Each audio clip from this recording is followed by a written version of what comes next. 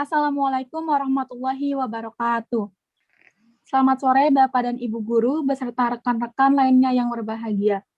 Pertama-tama marilah kita panjatkan puji syukur kepada Allah Subhanahu wa taala karena telah memberikan rahmat keselamatan hingga kita dapat berkumpul bersama pada saat ini. Adapun topik yang akan dibahas adalah tentang kesehatan lambung. Perkenalkan, nama saya Anastasia Putri yang bertugas sebagai moderator. Pada presentasi kali ini, saya akan membimbing jalannya diskusi ini bersama rekan saya yaitu Selvina selaku pemateri presentasi kali ini. Rangkaian acara yang akan kita lewati adalah yang pertama sesi pembukaan, yang kedua sesi penyampaian dan penyajian materi, yang ketiga sesi tanya jawab, dan terakhir sesi penutup. Baik rekan-rekan semuanya, langsung saja kita mulai ke sesi pertama yaitu pembukaan. Untuk membuka diskusi ini, marilah kita sama-sama mengucapkan bismillah. Bismillahirrahmanirrahim. Selanjutnya adalah penyampaian dan penyajian materi. Saya persilakan untuk Selvina menjelaskan materinya. Baik. Assalamualaikum warahmatullahi wabarakatuh. Pertama, saya ucapkan terima kasih kepada moderator yang telah membuka acara presentasi pada sore hari ini. Kedua, selamat sore para hadirin dan teman-teman semuanya. Saya Selvina Talvini Saidah berkesempatan di sini untuk menyampaikan materi mengenai kesehatan lambung. Baik teman-teman semua, di sini saya akan bertanya terlebih dahulu. Apakah teman-teman semua sudah mengetahui apa itu lambung secara keseluruhan? Ya, tentu saja. Belum mengetahui jika belum dikasih tahu. Yang kita tahu bahwa lambung itu merupakan suatu organ. Selanjutnya, untuk lebih kita mengetahui lebih dalam apa itu lambung,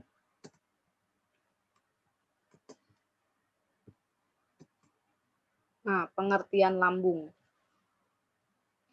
Seperti yang dilihat share screen di sini, pengertian lambung. Lambung adalah satu organ pada tubuh yang berbentuk J dan terletak pada bagian superior kiri rongga abdomen di bawah diafragma. Lambung merupakan salah satu organ yang berfungsi menyimpan dan mengolah makanan. Jadi teman-teman semua, jika kita mengkonsumsi makanan dan minuman, apalagi kita tiap hari, pagi, siang, sore, bahkan melakukan aktivitas yaitu makan dan minum itu akan diolah di lambung. Oleh karena itu, kita harus mengetahui apa itu penyebab penyakit lambung. Karena di sini teman-teman, rata-rata orang-orang itu mengeluh pada penyakit ini, penyakit lambung. Rata-rata kita mendengar orang punya penyakit MAH, sakit perut, apalagi tifus bisa. Nah, untuk itu kita harus mengetahui apa sih penyebab penyakit lambung. Nah, para hadirin dan teman-teman semua, penyebab penyakit lambung diantaranya pertama, makan terlalu banyak. Kedua, langsung berbaring setelah makan. Ketiga, makan terlalu dekat dengan waktu tidur. Keempat, makan makanan tertentu seperti jeruk, tomat, coklat, mint, sampai makanan pedas lainnya. Yang kelima, minum teh, kopi, soda, alkohol, dan lain-lain. Yang keenam, merokok.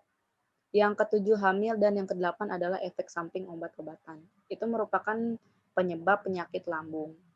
Di sini kenapa jeruk, tomat, coklat disebutkan, bahwa di sini maksudnya penyebabnya itu karena mungkin mengkonsumsi terlalu banyak ya teman-teman.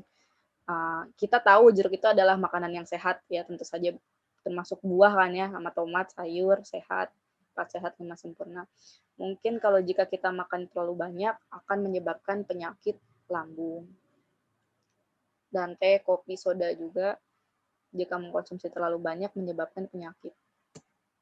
Nah, jika kita sudah mengetahui penyebab penyakitnya, tentu saja nih ada gejalanya.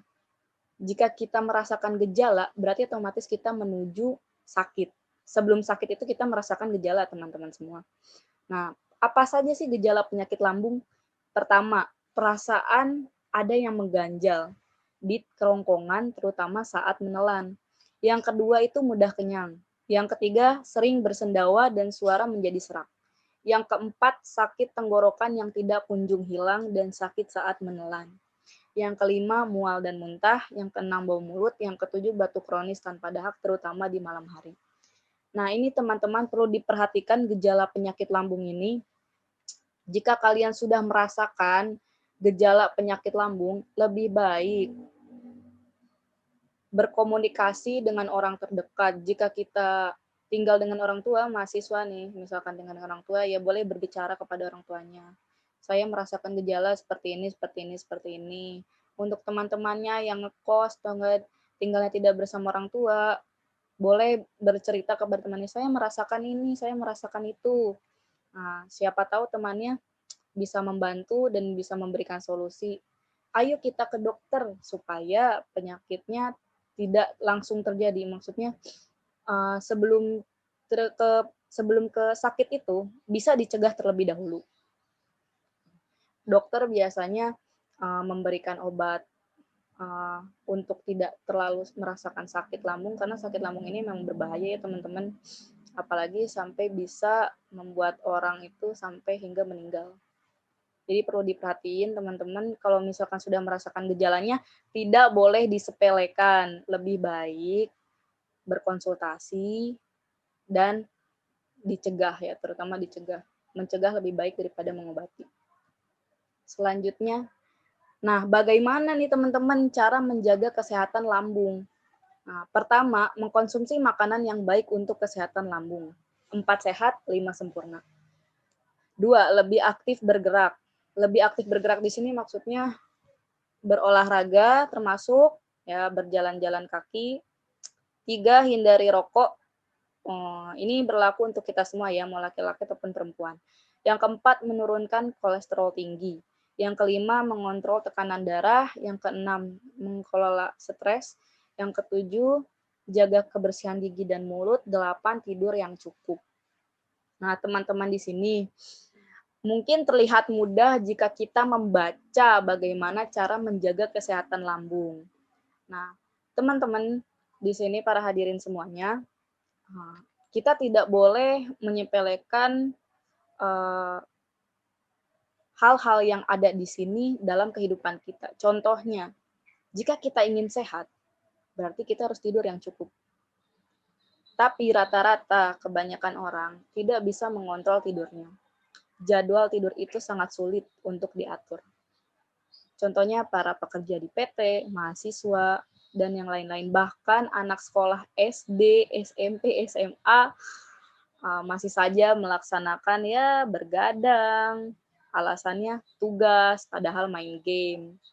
Nah, itu yang memacu gejala penyakit lambung. Nah, untuk itu, teman-teman semua, perlu diperhatikan cara menjaga kesehatan lambung ini penting untuk kesehatan tubuh kita, karena sehat itu mahal, teman-teman ya. Kita harus perlu mensyukuri apa yang Tuhan kasih kepada kita semua. Nah, kesimpulannya teman-teman semua di sini, gejala-gejala yang dapat dirasakan dari penyakit lambung diantaranya, sekarang kita mengetahui ya gejala-gejalanya, yaitu merasakan ada yang mengganjal di kerongkongan. Terutama pada saat menelan, di saat teman-teman menelan nih, mau hal yang kecil, maksudnya benda yang kecil atau makanan yang kecil, biasanya kerasa sakit gitu kalau nelen. Terus mudah kenyang, sering bersendawa yang mengakibatkan suara menjadi serak dan sakit pada tenggorokan, dan juga sakit saat menelan.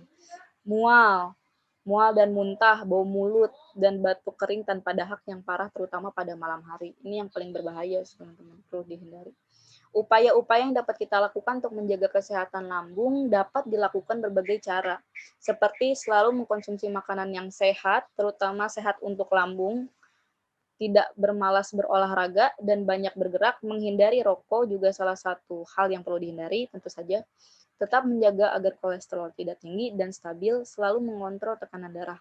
Nah, ada tipsnya nih teman-teman. Untuk teman-teman semua, mengontrol tekanan darah ini bisa diperiksa di puskesmas atau dokter terdekat.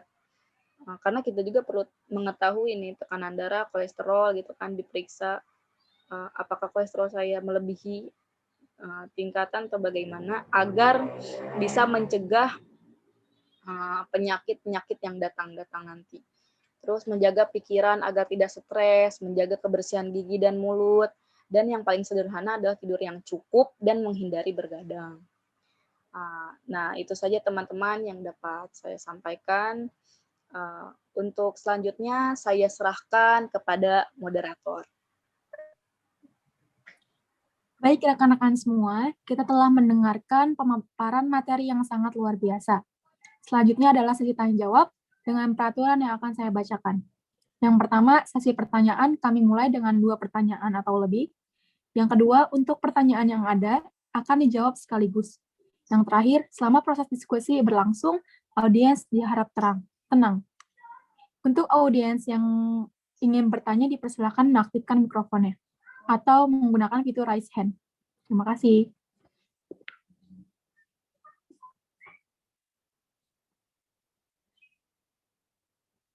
Baik, Saudara Bunga Amelia dipersilakan untuk memaparkan pertanyaannya. Baik, terima kasih untuk Anastasia. Perkenalkan, nama saya Bunga Amelia Putri, dan terima kasih pula kepada Zelvina atas materi hari ini yang sangat menarik. Akan tetapi, izinkan saya untuk bertanya, apakah faktor makanan yang tidak sehat seperti makanan pedas dan mengandung banyak micin dapat menjadi faktor orang terkena penyakit asam lambung? Seperti yang kita tahu, semakin berkembangnya zaman, semakin banyak jenis makanan yang mengandung micin. Terima kasih.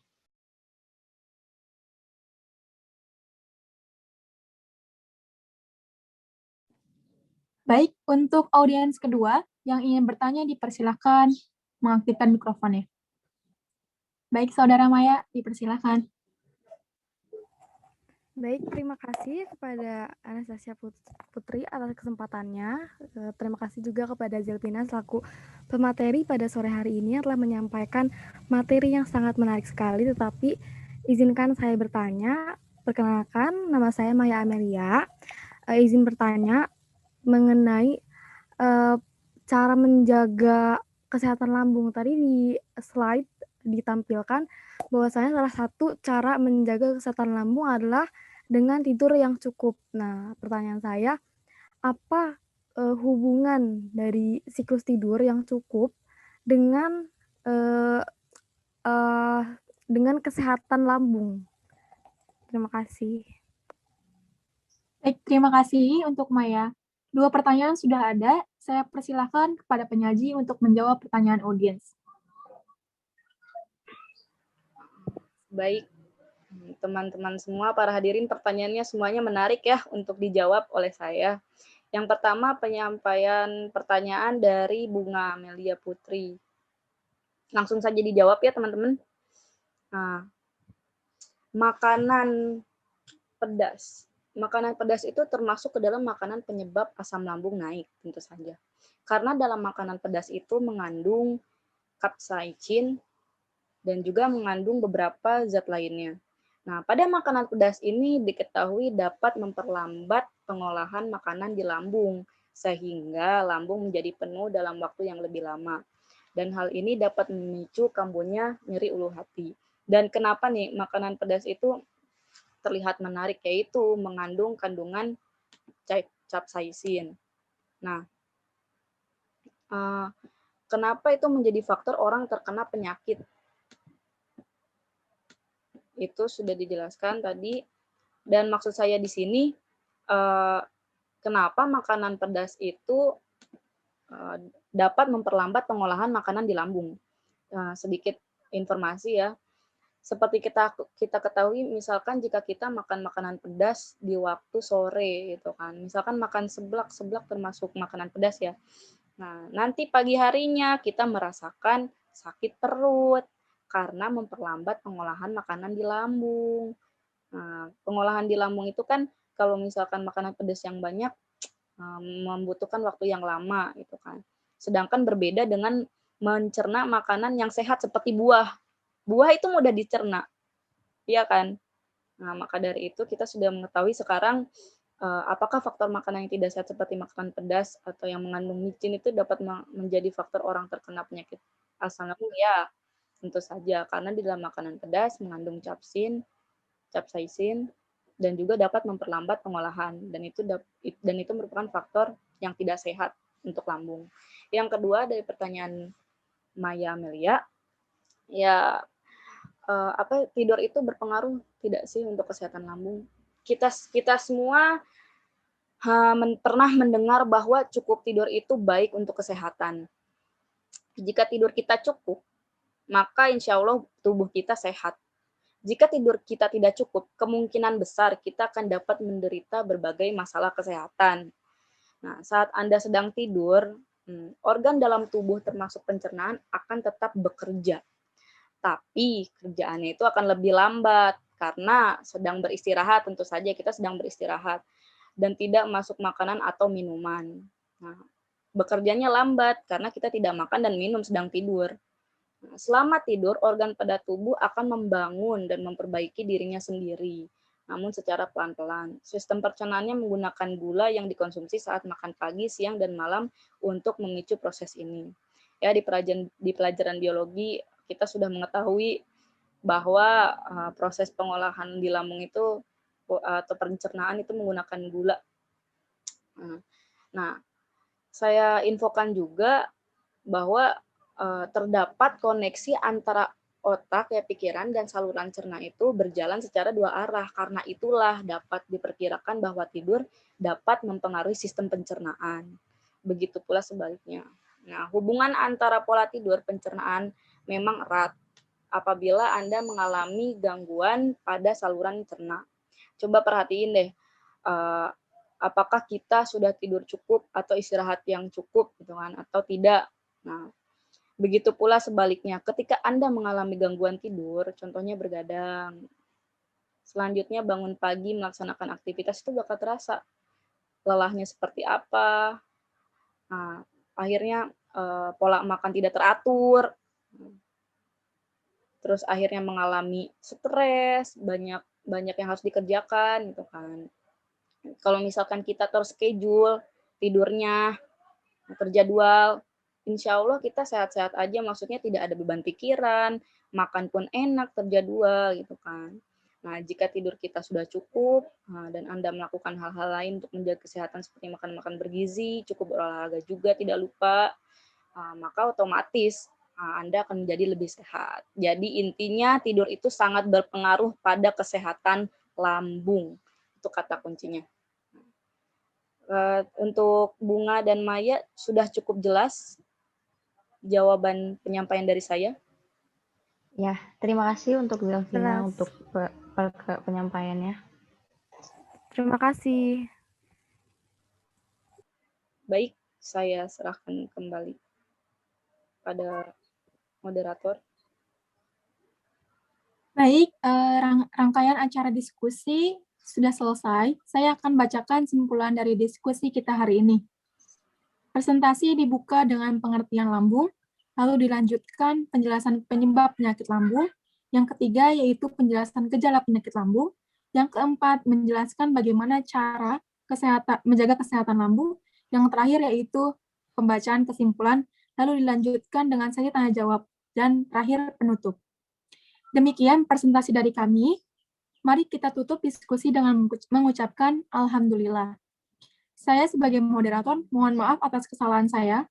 Mari kita beri tepuk tangan untuk kita semua. Saya tutup presentasi ini. Wassalamualaikum warahmatullahi wabarakatuh. Waalaikumsalam warahmatullahi wabarakatuh.